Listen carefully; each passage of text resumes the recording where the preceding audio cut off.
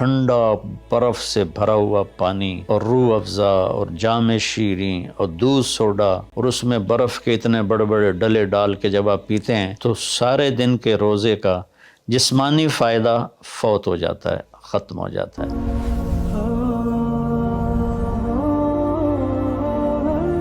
تو فمن شہد منکم الشہر فلیصم، جس کو رمضان ملے وہ روزہ رکھے۔ تو روزہ تو انشاءاللہ رکھیں گے، لیکن میں تھوڑی سی ایک گزارش کروں گا کہ جسم کی صحت کے لیے اپنی غذا پہ کنٹرول کریں۔ شاید کوئی یہ نہ بتائے، میں رمضان کے آداب میں یہ بات بتا رہا ہوں، سحری اتنی دبا کے نہ کھائیں کہ عصر تک اسی کے ڈکار آتے رہیں، کھٹے ڈکار آتے رہیں، اور افطاری اتنی دبا کے نہ کریں کہ پھر تراویح کے وقت پڑھاؤ کہ ہن میں کیویں پڑھاؤں، اٹھیا ہی نہیں جاندہ، مجھ بن کے ڈٹھا پہ ہوندا ہے۔ تو سحری کھائیں اتنی کہ بس عام معمول کا پیٹ بھر جائے، کچھ حصہ خالی ہو، اور آپ کو دوپہر سے بھوک لگنی شروع ہو جائے۔ جب آپ کو دوپہر سے بھوک لگنی شروع ہوگی تو آگے 6-7 گھنٹے کا سفر ہے، اس میں پوری مشین خالی چلے گی، تو جتنے گندے مادے اور فاسد مادے جمع ہوتے ہیں وہ سارے جل جاتے ہیں۔ اچھا، رمضان کے دونوں طرف معنی آتے ہیں، وہ میں بتاتا ہوں، ابھی میں جسمانی بتا رہا ہوں۔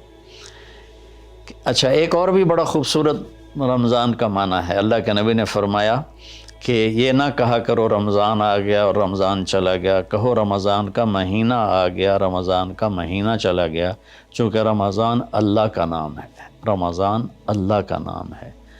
اللہ اس میں اپنے بندوں کے گناہوں کو جلا دیتا ہے، تو اس لیے یہ تفسیر رازی کی روایت بیان کر رہا ہوں، اس کی صحت اور ضعف کے بارے میں مجھے نہیں پتہ۔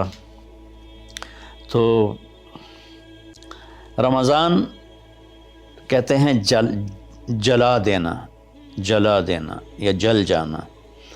تو جب آپ کا فاقہ 12 بجے سے شروع ہو جائے گا اور 6-6:30 بجے تک چلے گا، تو آپ کے جسم کا ایک ایک خلیہ گرم ہو جائے گا اور اس میں سے بھاپ نکلے گی، اور آپ کے جسم کی گندگی پورے سال کی جو جمع ہے وہ جلنا شروع ہوگی۔ پھر آپ افطاری جب کریں تو سنبھل کے کریں، ٹھنڈا برف سے بھرا ہوا پانی اور روح افزا اور جام شیریں اور دودھ سوڈا اور اس میں برف کے اتنے بڑے بڑے ڈلے ڈال کے جب آپ پیتے ہیں تو سارے دن کے روزے کا جسمانی فائدہ فوت ہو جاتا ہے، ختم ہو جاتا ہے۔ سنبھل کے پانی پئیں اور روم ٹمپریچر کا پانی پئیں۔ اس وقت معدہ گرم ہوتا ہے، اس میں ٹھنڈی بلا ڈالنا، اور پھر آپ اس پر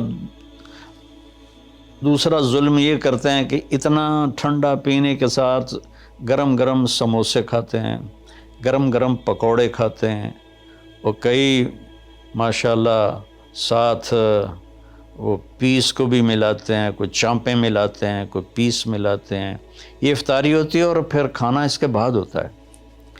تو سادہ پانی سے روزہ افطار کریں اور مغرب کی نماز کے بعد ہلکا پھلکا کھانا لیں، اور پھر تراویح کا انتظار کریں، تراویح پڑھیں، اور اس کے بعد جس کا ذوق ہے ٹھنڈا پانی پینے کا وہ ٹھنڈا پی لے، گرم کا ذوق ہے گرم پی لے، لیکن برائے مہربانی کئی چیزوں کا اب میں ایک آپ کو مثال دیتا ہوں۔ یہ ہماری گاڑیاں ہیں معمولی سی، تو ہم اس میں دیکھتے ہیں کہ اچھا پیٹرول کہاں ملتا ہے۔ جس پیٹرول پمپ کا پتہ چلے کہ پیٹرول اچھا نہیں، ہم سزوکی والا بھی آگے چلا جاتا ہے کہ ویکھو چنگا پیٹرول کتھوں لبدا ہے، اور جن کے پاس مہنگی گاڑیاں وہ ہائی آکٹین ڈلواتے ہیں جو پیٹرول کی سب سے اچھی قسم ہوتی ہے۔ تو ہم اپنی ایک چھوٹی سی گاڑی، چند لاکھ یا چند کروڑ کی گاڑی کو اچھا پیٹرول دینے کے لیے کئی کلومیٹر سفر کرتے ہیں کہ وہاں کا پیٹرول پمپ اچھا ہے، اور یہ جو گاڑی ہے جس کی آنکھ کا یہ ابرو کا یہ جو پپوٹے کا بال ہے، یہ اگر گر جائے تو ساری دنیا مل کے نہیں دے سکتی۔ ایک نوخن اگر گر جائے تو پوری دنیا مل کے وہ نوخن نہیں دے سکتی۔ کون چاہتا میں گنجا ہو جاؤں؟ اور ایک بال گرتا ہے تو پوری دنیا کی طاقت مل کر وہ بال واپس نہیں لا سکتے۔ تو اس کو ہم گندی سے گندی چیزیں کھلاتے ہیں، کچوریاں کھا رہے ہوتے ہیں، قتلمے کھا رہے ہوتے ہیں کہ افطاری ہو رہی ہے۔ تو اللہ کے واسطے ٹویوٹا گاڑی میں صاف پیٹرول ڈلواتے ہو اور اس خوبصورت گاڑی میں گند بھر دیتے ہو، سموسے اور پکوڑے اور دودھ سوڈا اور جام شیریں اور روح افزا اور 7 اپ اور ٹھنڈے پانی، سکنجبین، اور اس کے اوپر پھر مرغے کے پیس اور چانپوں کے پیس، اور ابھی کھانا بعد میں کھانا ہوتا ہے۔ تو مہربانی کریں اپنے جسم کی صفائی کریں، اعتدال سے کھائیں، افطاری بھی اتنی کھائیں کہ آپ کی بھوک باقی ہو، تو آپ آرام سے تراویحیں پڑھ لیں گے۔ تو تراویح پڑھیں، پھر اس کے بعد آپ آرام کریں، جلدی سے سو جائیں۔ اور بعض نوجوان ساری رات جاگتے ہیں، ٹھیک ہے کوئی بات نہیں، جاگیں، کوئی نفل بھی پڑھ لیا کریں، کچھ اپنی گپ شپ بھی کر لیا کریں، اور پھر سحری ایسی کھائیں کہ اب اس میں پراٹھے پک رہے ہوتے ہیں اور ہر گھر سے پراٹھوں کی خوشبو آ رہی ہوتی ہے، تو پھر پراٹھوں کا بوجھ اپنے اوپر نہ ڈالیں، سادہ روٹی کھا لیں، سادہ سالن کھا لیں، تو پورے مہینے میں آپ کے پوری باڈی کی اوورالنگ ہو جائے گی۔ یہ تو جسمانی فائدہ ہو گیا۔ روحانی لحاظ سے کیا ہے؟ شہر رمضان، رمضان جل جانا، جلا دینا، رمضان کا مہینہ۔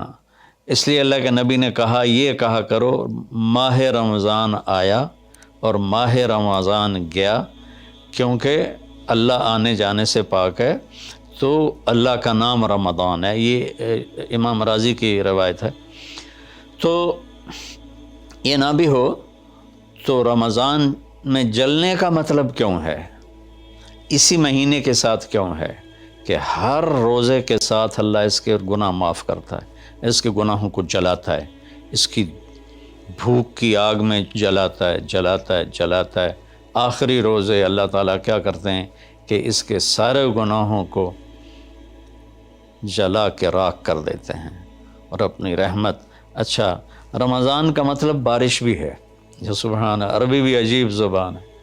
رمضان کا مطلب بارش بھی ہے، رمضان کا مطلب اگر رمضا مصدر ہو، رمضا، تو یہ بارش کا مطلب ہے، رمضا ہو تو یہ جلانے کا مطلب ہے۔ سبحان اللہ، کہ رمضان ایسا مہینہ ہے کہ اس میں ایسی رحمت کی بارش ہوتی ہے، سارے گناہ دھل جاتے ہیں۔ رمضان ایسا مہینہ ہے کہ اس میں ایسی اللہ کی رحمت متوجہ ہوتی ہے کہ سارے گناہ جل کے راکھ ہو جاتے ہیں، ہوا میں اڑا دیے جاتے ہیں راکھ کی طرح۔ تو یہ تب ہوگا جب ہمارا پورا جسم روزہ رکھے، ہماری آنکھیں روزہ رکھیں، ہمارے کان روزہ رکھیں، ہماری زبان روزہ رکھے، ہمارے ہاتھ روزہ رکھیں، ہمارے پاؤں، ہمارا دل دماغ روزہ رکھے، تو پھر یہ روزہ، یہ رمضان بنے گا اور ہمارے گناہوں کو جلا دے گا یا دھو دے گا۔ اور اس میں خاص طور پر اللہ کے نبی نے فرمایا کہ شراب پینے والا توبہ کر لے، چونکہ شرابی کی بخشش نہیں ہوتی رمضان میں۔ ایک ہوتا ہے دلیر ہو کے پینا، کوئی نہیں، کچھ نہیں ہوتا، اللہ بڑا غفور و رحیم ہے، یہ تو سارے پکڑے جائیں گے۔ ایک آدمی میرے پاس آیا، وہ کہنے لگا جی مجھے شراب کی عادت ہے، چھٹتی نہیں، کئی دفعہ چھوڑی ہے، پھر نہیں چھوٹتی، اور پھر جو وہ دھاڑیں مار کے رویا، اتنا رویا کہ میں بھی غمگین ہو گیا اس کے رونے کو دیکھ کر۔ اس کا معاملہ اور ہے، تو اس پر اللہ کی رحمت نازل ہو جائے گی، چونکہ جو توبہ کرتا رہتا ہے پھر اس سے ٹوٹ جاتی ہے، وہ دن میں 70 دفعہ بھی توڑے گا اور توبہ کرے گا تو اللہ کے ساتھ دوستی باقی رہے گی۔ تو ایک شرابی ہے تو اللہ کے واسطے چھوڑ دے۔ ماں باپ کو دکھ، عق الوالدین، ماں باپ کی نافرمانی نہیں فرمایا، ماں باپ کو پرزے کر دینا۔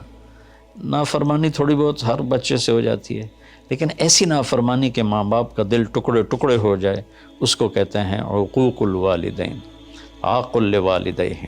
جو ماں باپ کے دل کو ٹکڑے ٹکڑے کر دے، اس کی بھی بخشش نہیں ہوتی۔ تو مشاحن، جو دل میں کینہ پال کے رکھتا ہو کسی کے لیے، اور بغض رکھتا ہو کسی کے لیے، نفرت رکھتا ہو کسی کے لیے، حسد رکھتا ہو کسی کے لیے، ایک اس دل پر اللہ کی رحمت کی نظر نہیں پڑتی۔ اور ایک قاطع الرحم، جو رشتہ داروں سے لڑتا ہو، رشتہ داروں سے ماتھا جو مارتا ہو، کبھی سینگ پھنسائے ہیں، کبھی اس کے ساتھ کبھی اس کے ساتھ، خونی رشتوں میں جو غلط سلوک اختیار کرتا ہے، ایک اس کی خاص طور پہ بخشش نہیں ہوتی۔ تو باقی اللہ کا دریائے رحمت ہے، جو بھی توبہ کرے گا، مشرک بھی توبہ کرے گا معاف، سود خور توبہ کرے گا معاف، چور توبہ کرے، ڈاکو توبہ کرے، زانی توبہ کرے، قاتل توبہ کرے، شرابی توبہ کرے، ماں باپ کا نافرمان توبہ کرے، اور رشتہ داروں سے لڑنے والا توبہ کرے، نفرت رکھنے والا توبہ کرے، اور سود پہ کام کرنے والا توبہ کرے، سود کھانے والا توبہ کرے، سب معاف ہو جائے گا، سب معاف ہو جائے گا۔ اور اللہ سے مانگیں کہ اللہ تعالیٰ اس میں ہماری جسمانی صحت بھی بحال کر دے اور روحانی صحت بھی بحال کر دے، اور ہمارے گناہوں کو معاف کر دے۔ السلام علیکم ورحمۃ اللہ وبرکاتہ۔